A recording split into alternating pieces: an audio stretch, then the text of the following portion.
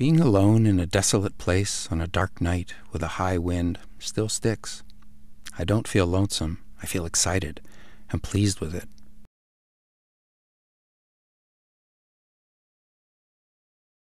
Milne loved to live in the wild. It's where he found inspiration.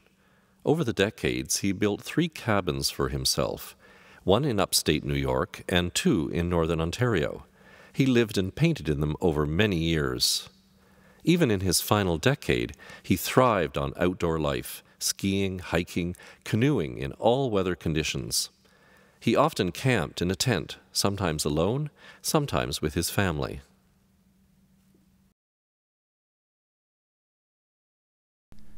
Start training beforehand. Try walking from North Toronto to Front Street with your bed on your back and a loaf of bread on top of that. Well, anyway, camping is part of the Canadian heritage, and there's a thrill in it. I thought there was no good level place for the tent, but when I kicked round amongst the bracken and loosestrife, I found a very nice place, where there's a breeze across the point and shade from a big spruce tree. The fireplace is rock, sloping to the water with a small hollow in it, where I'll put the fireplace and cooking and painting shelter.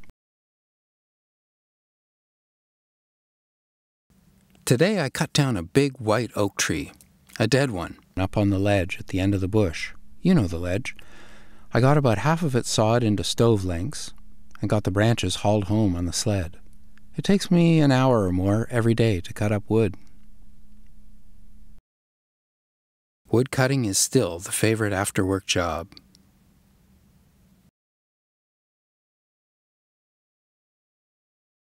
One evening, when there was a high wind and the rocks were particularly icy, I was walking out to the farthest tip of the point to dip water.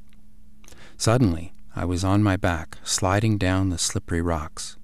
I stopped by chance before I touched the cold and deep water. The pail flew out of my hand into the lake and sank. I never got it. When you live alone in the wilderness, you learn caution. You must.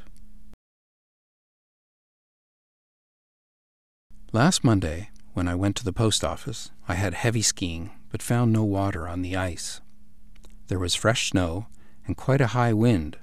I didn't find any trace at all of the track made by the team or of the wood hauling road, and only for about a yard I could see Sunday's ski track.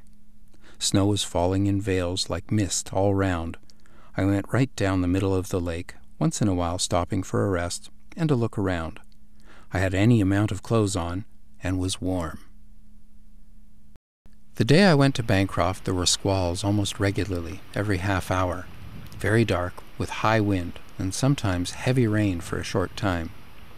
The only one that caught me was when I was almost within sight of home, when I was just ready to cross the open water to the point. I put a canvas over my head, in addition to the raincoat, and sat for a little in the canoe among driftwood.